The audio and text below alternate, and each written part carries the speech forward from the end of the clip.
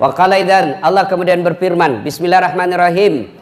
Ya ayyuhalladzina amanu dukhulu fis-silmi kaffatan wa la tattabi'u khutuwatis syaitan innahu lakum aduwwum mubin. Wa qala idzan, bismillahirrahmanirrahim. Innallaha wa malaikatahu yusalluna 'alan nabi. Ya ayyuhalladzina amanu sallu 'alaihi wa sallimu taslima. Sesungguhnya Allah dan para malaikatnya, subhanallah, semua malaikat bersalawat kepada Rasulullah Muhammad sallallahu alaihi wasallam. Maka wahai orang-orang yang beriman, bersalawatlah kalian kepada Rasulullah dengan sebaik-baik salawat. Satu kali Nabi lagi duduk-duduk bersama malaikat Jibril. Tiba-tiba ada malaikat 1 juta jari-jarinya. Bayangkan Bu, 1 juta jari-jarinya. Bapak-bapak berapa jari-jari tak? 10. Cacat gitu. Ada jari-jari kaki 20. Ini malaikat 1 juta jari-jarinya. Boy, Nabi takjub. Wahai malaikat Jibril, ini enjo. Niga ya roh. Gana jari-jarinya. Banyak betul jari-jarinya. Dia bilang itu malaikat yang Allah tugaskan untuk mencatat hujan. Ada yang kira-kira bisa catat hujan di sini? Ada? Ada yang bisa catat air hujan? Tidak mungkin. Kenapa? Banyak. Biar banyak, kalau jatuh satu-satu bisa ku catat. Ini banyak bercatuan satunya bersamaan dan banyak. Cepat, tidak bisa dicatat. Begitu banyaknya. Tapi malaikat ini mampu mencatatnya. Lalu Nabi bertanya, kau catat semua? Iya. Yang jatuh di gunung, yang jatuh di laut, yang jatuh di darat, semua ku catat. Hebat. Satu yang tidak mampu ku catat ya Muhammad. Apa itu? Ketika umatmu berkumpul di masjid BTP, lalu mereka bersalawat kepadamu. Itu banyaknya pahala kalau kita kumpul begini lalu kita bersalawat. Ayo kita salawat bareng-bareng. Ya. Nah, kita tes dulu. Mana lebih kencang suaranya ibu-ibu dengan bapak-bapak? Bapak-bapak diam, ibu-ibu dulu ah. Jangan mau dikale Bu. Diam Ki Pak ya, diam Ki dulu. Ibu-ibu dulu didengar. Yuk. Salatullah salam ala toha salatullah salamullah ala. Insyaallah, diam. Hebat, terima kasih Bu. Ini bukan keras, ini namanya syahdu. Suara begini yang kasih nafsu laki-laki. Coba, makanya cewek, ibu-ibu, kalau nak telepon ki laki-laki jangan ki kasih syahdu suara ta ya. Assalamualaikum, waalaikumsalam. Bagaimana cowok mundak nafsu? Di mana kau dek? Di rumah jika caleda. Coba beda kasih tegas. Assalamualaikum, waalaikumsalam. Di mana kau dek? Di rumah. Apa kau bikin? Kenapa kah? Enggak telepon mako itu. Ini waalaikumsalam. Video call nak kasih goyang-goyang pun Liliana. Waalaikumsalam. Bagaimana itu cowok ndak nafsu cilaka? Ibu diam, kita dengar ini laki-laki ya. Jangan kasih malu laki-laki Pak. Ayo Pak, ayo ibu diam. Salam ala toha salatullah salamullah ala. Alhamdulillah bisa dibedakan mana suara laki dan perempuan toh? Bisa toh? Biar kita tutup mata tak dari jauh. Oh ini orang tua yang bicara. Nyanyi. Oh ini anak-anak. Oh ini ibu-ibu ini. Itulah nikmat Allah yang harus kalian syukuri. Telinga. Mana pernah bapak-bapak melakukan kursus membedakan bunyi? Tidak perlu. Itu Allah kasih kau telinga lengkap dengan sensor, dia bisa bedakan mana bunyi HP, mana bunyi kentut. Tidak perlu kau belajar. Itu nikmat. Makanya setiap ada pengajian, Ustadz selalu ajar kita bersyukur kepada Allah. Salah satu syukur itu Allah kasih kita telinga, dia bisa bedakan mana bunyi handphone, mana bunyi ketea, mana bunyi jangkrik, mana bunyi telepon, bisa dibedakan. Dan hebatnya lagi nih telingamu tempatnya proporsional, bagus tempatnya. Bagaimana repotnya seandainya dibawa telinga satu, di sini satu, dibawa ketek satu. Halo, yo. Di mana kok? Di rumah ji. Toh, nah, maka kita selalu bersyukur. Alhamdulillahirabbil alamin. Ibu bapak, saudara-saudara sekalian yang saya hormati, berat sekali saya mau ceramah hari ini. Kenapa? Panitia kasih saya waktu satu tempat, 3 judulnya. Kokohkan akidah, 1 memang nih. Rawat uhuah, 2. 3. Raih kemuliaan. 3. Baru honornya 1.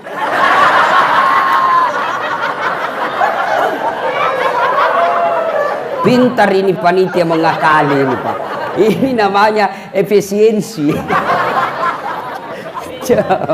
Luar biasa. Saya pikir dari tadi malam, bagaimana ini menyatukan 3 judul ini menjadi 3 in 1. Gimana caranya? Wah, saya ingat waktu yang sangat tepat, subhanallah. Waktu yang tepat ini kita dalam bulan Zulhijjah, ada satu kejadian yang meraih ketiga-tiganya.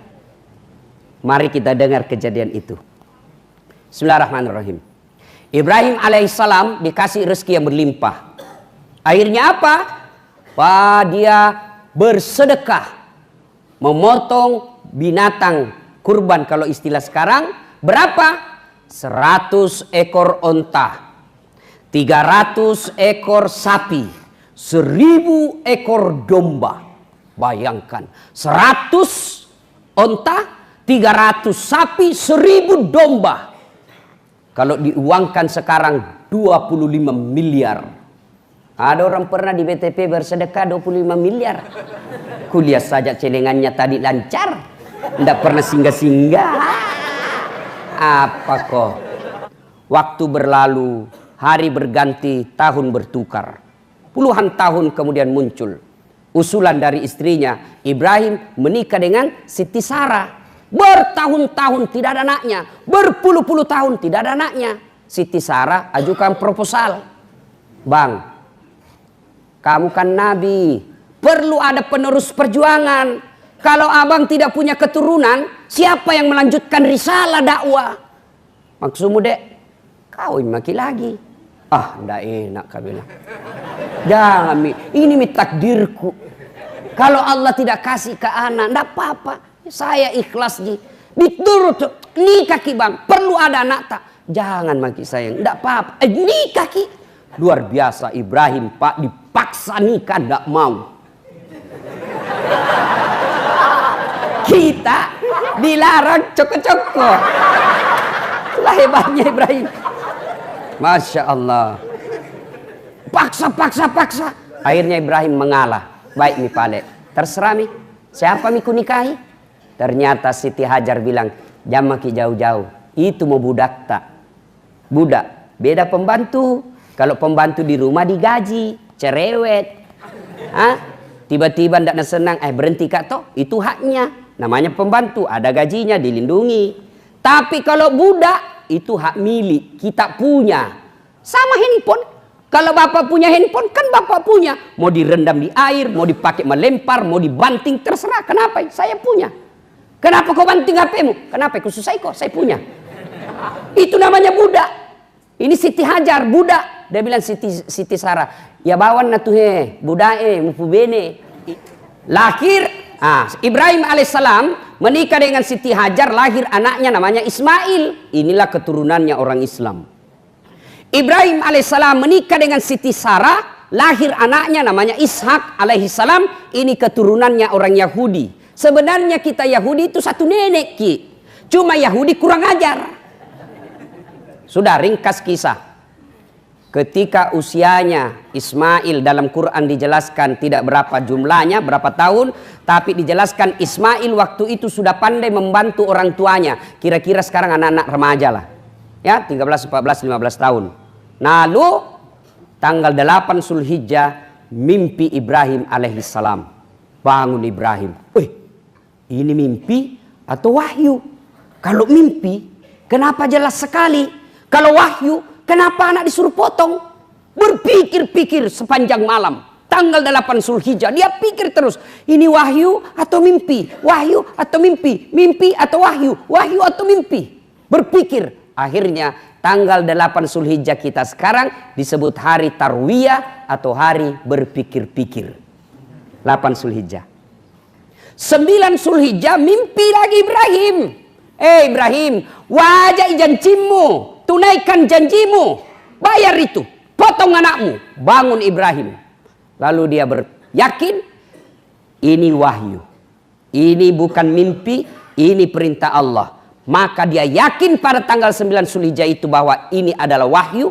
Maka kita sekarang tanggal 9 Zulhijjah disebut hari Arafah atau hari keyakinan yang disunnahkan untuk berpuasa. Tanggal 10 Zulhijjah pergilah Ibrahim bicara sama anaknya. Nak, sini kau dulu nak. Apa pak? Ini saya diperintah Allah untuk menyembelih kamu. Sampai di sini kita belajar jadi orang tua. Jangan otoriter kepada anak. Ibrahim, ini perintah, ini wahyu, tapi masih ada nyogok, diajak ngomong anaknya. Tidak otoriter, mentah-mentah saya bapak, tidak boleh. Apa aku bilang kau laksanakan. Tapi Ibrahim, meskipun wahyu, masih nak ajak diskusi anaknya. Nah, bagaimana menurutmu? Kita mentang-mentang sebagai bapak, kau masuk kedokteran. Kalau bukan kedokteran, aku biayai kau. Mau dia apa kedokteran kalau anaknya tidak mampu otaknya? Jadi kau tentara, kalau kau tidak tentara saya tidak mau. Tidak boleh. Ajak dulu, kasih pandangan. Kasih fakta. Pokoknya menikah kau sama ini. Kalau tidak mau kau, jangan kau. Tanyai dulu. Kau suka jika itu. Kenapa kau tidak suka? Kalau pertimbangannya tidak suka karena pertimbangan tidak masuk akal, boleh kita kasih intervensi. Tapi kalau dia bilang tidak sembahyang pak, Pak Botor pak, jelek pas selingkuh. Tapi dia bilang, tapi mobilnya Mercy, pret. Ya, Ibrahim dia tanya anaknya, Mail, sini kau Mail. Apa Pak C? Ini nak suruh kak perintah Allah potong kau. Bagaimana menurutmu nak? Kira-kira anak-anak di BTP kalau ini ditanyakan Pak apa jawabannya? Apa jawabannya? Nabi bajiki. Kenapa saya? Itu nenekku yang sudah mau mati. Coba. Ini jawaban orang pintar, tapi tidak soleh. Cocok tahu? Kenapa ini anak muda generasi harapan bangsa? Itu yang sudah tua.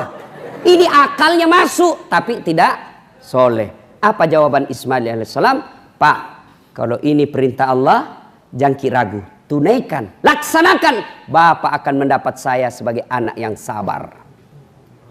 Tapi Nabi bilang Ismail, sebelum kita potong apa, ada permintaanku. Apa nak? Satu, pakai pisau yang sangat tajam supaya saya tidak lama menderita. Maka petugas-petugas penyembelih binatang nanti tolong cari parang pisau yang sangat tajam. Dan ada itu caranya, ya. Jangan potong itu semakin panjang lehernya, jangan di tengah, ya. Angsa, bebek, ayam, sapi, kalau potong jangan di tengah. Lama baru mati itu di mana? Di ujung-ujung sininya. Coba kalau bebek kita potong di tengah, lari pak. Ayam terbang dia pak. Apa bapak ndak kasihan korong kita lihat keluar darah di sini? Maka itu dipotong di ujung dekat daripada dagunya. Kalau manusia cepat matinya itu. Dan satu binatang, satu bismillah.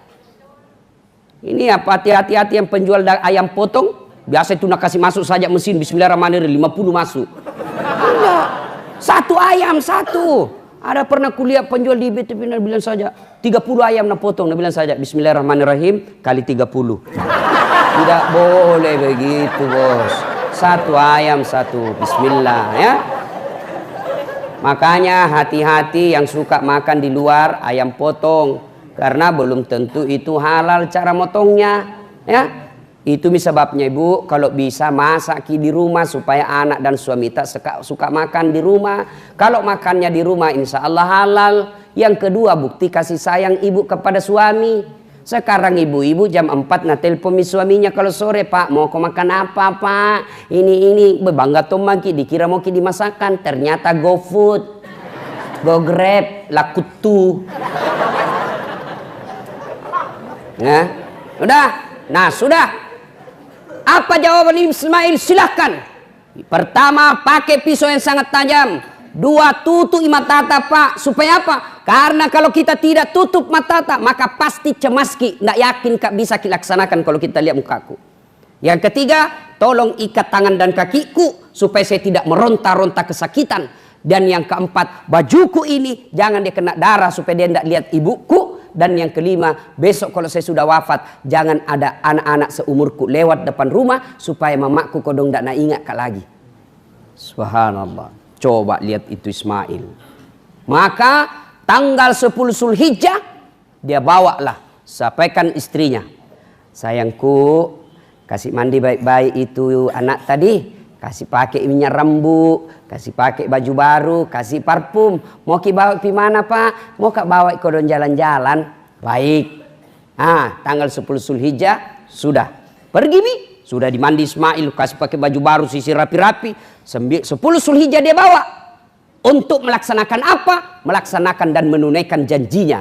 Maka tanggal 10 Zulhijjah kita orang Islam sekarang disebut hari An-Nahr atau hari menunaikan janji.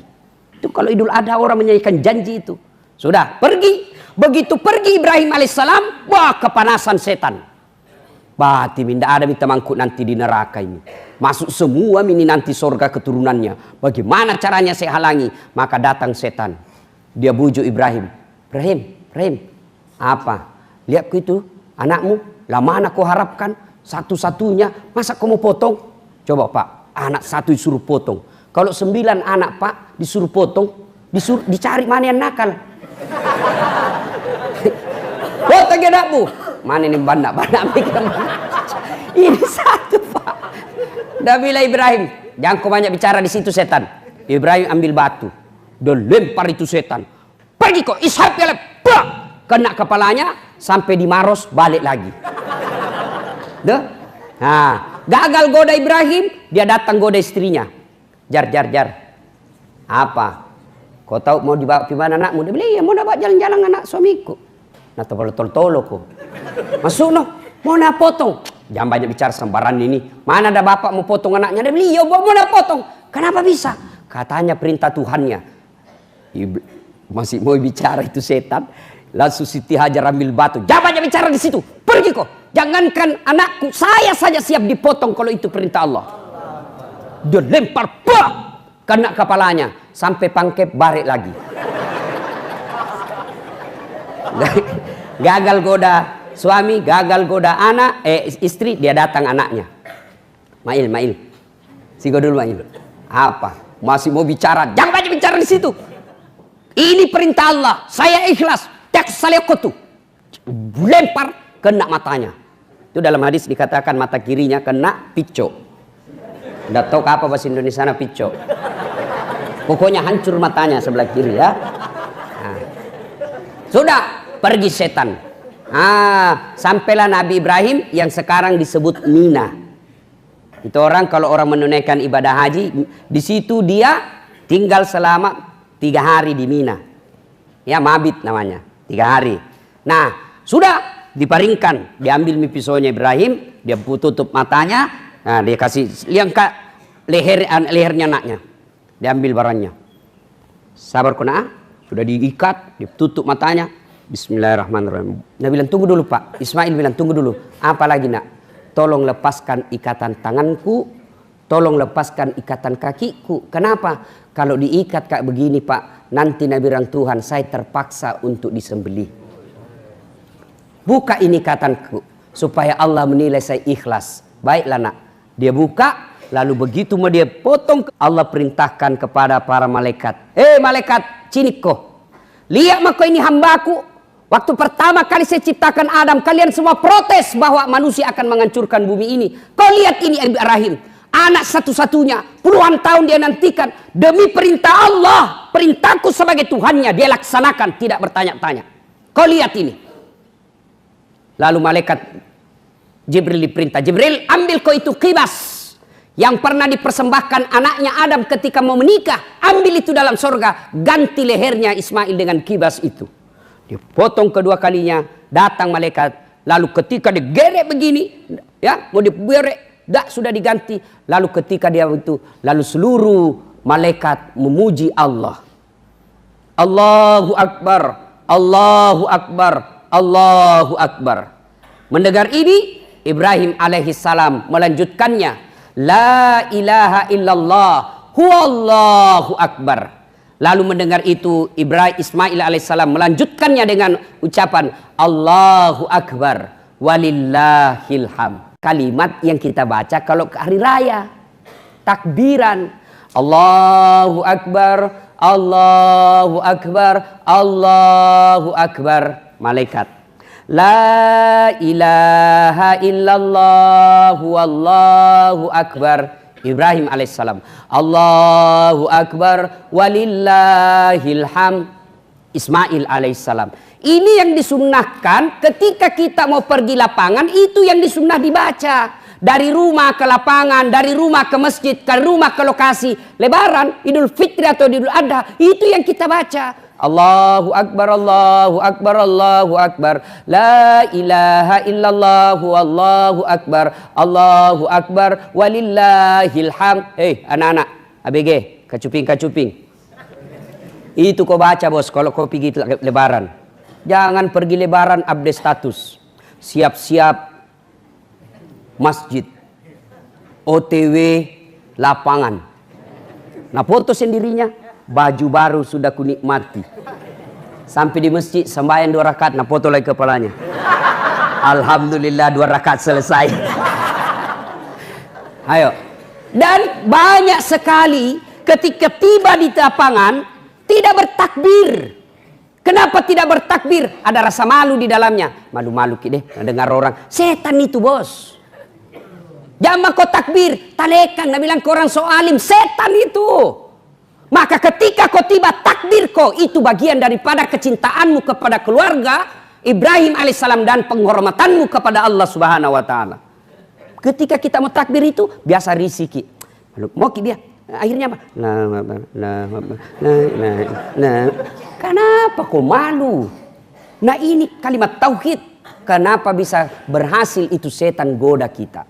Nah ibu bapak saudara-saudara sekalian, akhirnya yang disembelih khibas, maka bebaslah Ibrahim dari janjinya dan tumbuhlah anak-anaknya menjadi para nabi dan terkenallah Ibrahim alaihissalam sebagai bapak dan cucu-cucunya menjadi nabi dan rasul. Subhanallah. Apa hikmahnya ini? 1, Ibrahim alaihissalam kalau bicara akidah tidak ada tawar-tawar. Apa akidah? Perintah Allah. Maka kalau Allah perintah, jangan banyak tanya. Laksanakan saja dulu baru kau tanya. Kalau kau tanya dulu nanti kau percaya baru kau laksanakan. Buru mati kau tidak laksanakan itu perintah. Laksanakan dulu. Jangan banyak tanya. Kenapa mesti subuh 2 rakaat? Kenapa mesti maghrib 3 rakaat? Ini anak-anak sekarang ini terlewat pintar. Semua mau tanya. Kenapa mesti subuh 2 rakaat? Kenapa maghrib 3? Kenapa isya 4? Jangan kau tanya, laksanakan saja. Ayo, memangnya kalau kau ke dokter, kau tanya, dok, kenapa 3 kali 1? 3 kali 3 mau supaya cepat habis. Iya toh? Ayo. Akidah tidak boleh tawar-tawar. Termasuk akidah diajarkan kepada Ismail alaihissalam. Apa yang dia minta Ibrahim alaihissalam kepada anaknya, dia yakinkan anaknya la ilaha illallah, tidak Tuhan selain Allah. Ini perintah Allah nak. Bagaimana menurutmu? Laksanakan. Kalau akidah tidak boleh tawar-tawar. Akidah itu la ilaha illallah Muhammadar Rasulullah. Umat kita. Kalau umatnya nabi-nabi yang lain akidahnya apa? La ilaha illallah, tiada Tuhan selain Allah. Ibrahim Rasulullah. La ilaha illallah Isa Rasulullah. Itu umat-umat sebelum Rasulullah Muhammad SAW. Kalau kita umat Islam tidak bisa tawar-tawar. La ilaha illallah Muhammad Rasulullah. Tidak Tuhan selain Allah. Muhammad adalah utusan Allah. Itu akidah yang kokoh. Termasuk akidah yang kokoh itu percaya bahwa semua kejadian ini Allah yang ngatur. Adik-adik, ini banyak yang galau-galau sudah mendaftar PTNS. Perguruan tinggi PTN, perguruan tinggi negeri, sudah belajar, sudah berdoa, sudah nabilan dirinya hijrah. Ternyata apa yang dia minta tidak dikasih, jangan kau buruk sangka. Percayalah bahwa itu Allah yang kasih kau yang terbaik. Ustadz dulu cita-cita jadi tentara, ya, cita-cita jadi dokter, ikut bimbingan tes, salat tahajud 40 malam berturut-turut. Saya berdoa kepada Allah. bimbingan TESMA, ternyata begitu keluar pengumuman Fakultas Kedokteran tidak ada namaku. Sampai mauku jadi dokter dulu, itu seandainya sekarang namanya hoax. Saya pergi foto, di depannya tertulis Fakultas Kedokteran Unhas, baru saya pergi foto pegang buku. Mau sekali kan dibilang dokter. Ternyata saya lulus di Sospol, malah sekarang jadi dosen ilmu komunikasi. Ternyata Allah takdirkan saya jadi dokter, dokter dalam bentuk yang lain, bukan fisiknya yang sehatkan orang, tapi saya mengobati jiwa-jiwa orang yang sengsara. Itu berbaik sangka kepada Allah, ya.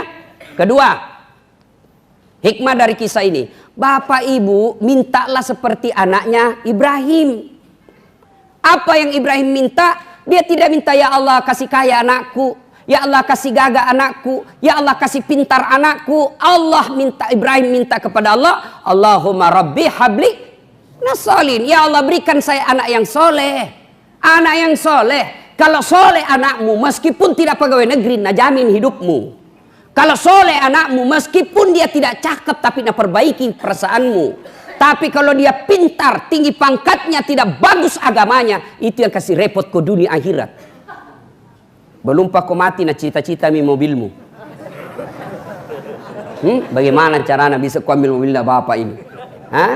Belum pak kau mati na gade mi secara tidak sepengetahuanmu rumahmu masuk sertifikat di bank. Kenapa? Karena kamu adidik anakmu tidak cinta kepada Allah. Kalau dia cinta kepada Allah, tidak repot mendidiknya. Maka minta kepada Allah, Allahumma rabbi habli minas solihin. Ya Allah berikan hamba anak yang soleh. Ini yang paling baik. Orang tua sekarang malu kalau anaknya tidak jadi pegawai, malu kalau anaknya tidak sarjana, malu kalau anaknya jadi pengangguran, tapi tidak malu ketika anaknya malam minggu boncengan sama cewek cowok yang bukan muhrimnya. Malu kok kalau pengangguran anakmu, tapi tidak malu kok ketika anakmu gadis masih berkeliaran tidak pakai jilbab. Malu kalau anaknya tidak punya rumah ngontrak-ngontrak, tapi tidak malu ketika tidak pernah didapat anaknya berjamaah di masjid. Tidak ada nanti di akhirat. Kenapa kau masuk neraka? Anu kau dong anakku ndak lulus si PNS. Ndak ada hubungannya itu dong. Ayo. Ya akan ditanya, kenapa kau masuk neraka? Yo anakku kau nanti sembayang. Kenapa bisa ndak sembayang? Nah dari kecil saya kasih anak yang baik. Mulai dari kecil itu anakmu sudah beriman. Tidak ada rusaknya itu hatinya, tidak ada rusaknya jiwanya. Kamu yang membuatkan dia seperti itu. Coba jangan sampai bapak-bapak rajin berjamaah di masjid, anaknya ndak pernah kelihatan di masjid. Ditanya nanti itu. Tua mi Ustaz, biar tua nasihati terus. Itu hikmahnya Nabi Nuh alaihissalam ketika sudah timbul tenggelam anaknya di laut, dia tarik terus, naik ke perahu nak, naik ko. Itu artinya meskipun sampai ajal sakaratil maut anak tetap kita dakwai. Ya? Pak, Bu, doakan anak tak. Didik anak tak dengan sebaik-baiknya. Apa yang banyak rusak anak-anak kita sekarang? Apa? Handphone dan internet. Itu yang banyak. Malam-malam mama video call itu. Mana mamamu? Ada di kamar sebelah kak. Tutup ke kamar cepat. Pakai ke headset nak, pakai ke headset. Video call. Nah, dia mau ku saja. Sebenarnya dengarku. Dia mau saja. Coba ya, kasih keluar lidahmu dek. Apa tolo-tolo mi anak tak? Ya. Nah, ibu bapak, saudara-saudara sekalian, doakan. Didik anak pak. Yang paling penting jangan kasih makan barang haram anak tak. Jangan kasih makan. Nah ibu bapak saudara-saudara sekalian. Setelah Allah memberikan perintah dan Ibrahim melaksanakannya. Lalu apa yang Allah berikan hadiah? Kemuliaan. Apa kemuliaannya? Sampai sekarang pak. Ritual kehidupannya Ibrahim diabadikan. Apa pengabadiannya itu? Melempar 3 jumroh. Itu kalau orang pergi haji kan. Ada namanya melempar 3 jumroh. Lemparan pertama usta, ula, akabah. Setan besar, setan tengah, setan kecil. Itulah ritualnya itu tadi. Lemparan pertama, pak, Ibrahim alaihissalam 7 kali. Lemparan kedua, pak, istrinya. Lemparan ketiga, tempat 3, cak, anaknya. Itulah lemparan. Satu tempat 7 kali. Kenapa Ustadz mesti 3 hari? Kenapa diulang-ulang itu 7 kali 3, 21 kali 3 hari? 63 batu. Kenapa tidak 1 kali saja? Bismillahirrahmanirrahim 63 kali. Cak, cak, cak, cak. Kenapa tidak begitu? Karena Allah kasih pelajaran pengingatan buat kita bahwa setan tidak akan berhenti sebelum kalian menyerah. Coba. Maka harus dilawan. Ketika adik-adik merasa hijrah, itu setan kau pikir diam, tidak, dia kejar kamu terus. Ketika kalian hijrah, setan kejar kamu terus. Sebelum kau hijrah, setan level anak SD goda kau. Biar ndak ku goda ini tergoda nih. Ketika kau sudah hijrah, setan hijrah juga goda kau. Yang tinggi tom pengetahuannya. Maka itu setan harus dilawan berkali-kali. Tidak akan berhenti sebelum kita tersesat. Dan alhamdulillah Allah kasih kita senjata melawan setan. Apa? Taubat. Ya enaknya Tuhan. Kau dosa ini, taubat kau. Dosa kau, taubat lagi. Dosa, taubat lagi. Kenapa berkali-kali? Karena tetap Allah terima taubat kita. Yang jelek kalau kau nikmati itu dosa, kau tahu dosa dan kau tidak mau bertobat, mati. Mati dalam kezalimanmu. Auzubillah min zalik. Ya. Ada jamaah haji bedek orang Indonesia. Begitu nadia itu tampak melontar, ini setan ini patol-tolok selama ini. Ya, merahnya Tommy matanan, iya minne. Ngambil batu, nah lempar bismillah, Allahu Akbar. Pak! Begitu kembali itu batu. Nah tangkah gitu. Begitu nabuka ada tulisannya, sesama setan dilarang saling melempar. Nah bilang di sini nu lempar cilaka. Di WT sama-sama gitu. Hikmah yang ketiga. Ukhuwah. Mana bentuk ukhuwah? Berkurban. Kurban itu ukhuwah. Yang kaya potong sapi kasih yang tidak mampu. Itu ukhuwah. Ya, saya tidak mampu Ustaz. Bukan tidak mampu, tapi tidak punya niat besar. Buktinya apa? HP-mu harga 2 juta. Pulsamu per bulan 200.000. Kalim itu bisa beli onta, bisa beli domba. Masa? Yang berarti yang tidak bisa bukan kemampuan ekonomi, tapi iman tak yang belum bisa. Maka kita niatkan, insya Allah Allah kasih kemampuan. Kalau kau niatkan dengan baik, Allah pasti kasih itu. Ya, maka berkurban. Saya tidak mampu 1 sapi, 1 kambing, 1 orang. Sapi 7 orang ki bisa di situ. Patungan ki. Ayo kita tunda dulu beli anu ini. Beli pulsa bulan depan. Kita beli anu ini saja. Patungan insyaallah. Bisa kita beli. Bagi mereka yang tidak bisa menyembeli, tidak bisa menyembeli sapi, tidak bisa menyembeli kambing, tidak bisa menyembeli binatang, maka kurbanmu dengan cara apa? Sembelilah sifat-sifat binatang yang ada dalam dirimu. Apa sifat binatang? Makuras siri. Mana buktinya? Mana ada sapi di situ pakai baju? Maka kalau kalian mau berkurban tidak bisa kurban dengan hartamu, berkurbanlah kalian dengan apa? Hilangkan itu kuras sirimu.